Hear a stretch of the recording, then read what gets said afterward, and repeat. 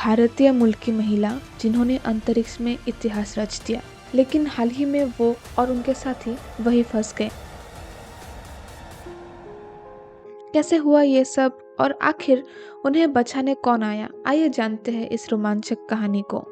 Sunita Williams भारतीय मूल की अमेरिकी अंतरिक्ष यात्री जो 2 बार अंतरिक्ष जा चुकी है और कई रिकॉर्ड अपने नाम कर चुकी है। उन्होंने 2007 में सबसे ज्यादा दिन अंतरिक्ष में बिताने का रिकॉर्ड बनाया था और कई स्पेस वॉक्स भी किए, लेकिन इस बार उनकी अंतरिक्ष यात्रा बेहद अलग और चुनौतीपूर्ण रही।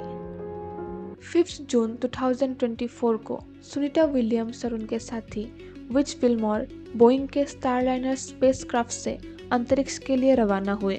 ये स्टारलाइनर का पहला क्रूड टेस्ट फ्लाइट था, जिसका मकसद था ISS यानी इंटरनेशनल स्पेस स्टेशन तक जाना, कुछ वैज्ञानिक प्रयोग करना और फिर सुरक्षित लौटना।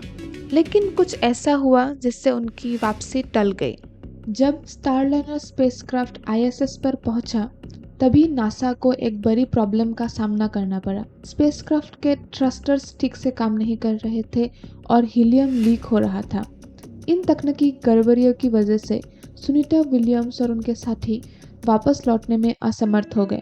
नासा ने तुरंत इंजीनियरों की एक टीम गठित की, जिन्होंने स्टारलाइनर की प्रॉब्लम्स का एनालिसिस शुरू किया। लेकिन ये इतना आसान नहीं था, क्योंकि एक भी गलती अंतरिक्ष यात्रियों की जान जोखिम में डाल सकती थी। मिशन सिर्फ 10 दिनों का था, लेकिन स्टारलाइनर की तकनीकी प्रॉब्लम्स की वजह से सुनीता विलियम्स और उनके साथी को ISS पर महीनों तक रुकना पड़ा। उनका स्पेसक्राफ्ट खराब था और नासा कोई भी जल्दबाजी नहीं करना चाहता था।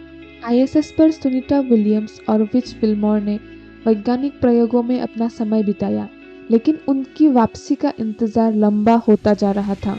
जब नासा को लगा कि स्टारलाइनर से सुरक्षित वापसी संभव नहीं हो सकती, तब उन्होंने स्पेसएक्स की मदद ली। स्पेसएक्स का ड्रैगन स्पेसक्राफ्ट पहले से ही ISS पर डक थी और यही सुनीता विलियम्स और उनके साथी के लिए जीवन रक्षक बना। 18 मार्च 2025 को सुनीता विलियम्स और विच विल्मोर स्पेसएक्स के ड्रैगन कैप्सूल में बैठकर ISS से रवाना हुए। कुछ घंटों की यात्रा के बाद उनका कैप्सूल पैराशूट की मदद से पृथ्वी पर सुरक्षित लैंड हुआ।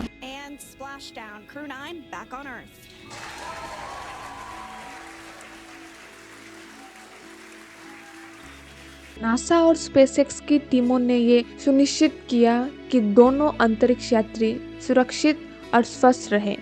आखिरकार लगभग 1 साल के अंतराल के बाद सुनीता विलियम्स वापस धरती पर थी।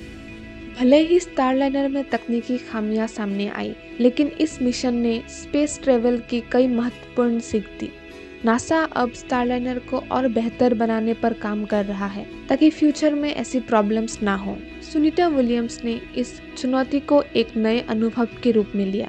उन्होंने कहा कि अंतरिक्ष यात्राओं में रिस्क होता है, लेकिन हर मिशन हमें फ्यूचर के लिए बेहतर तैयार करता है।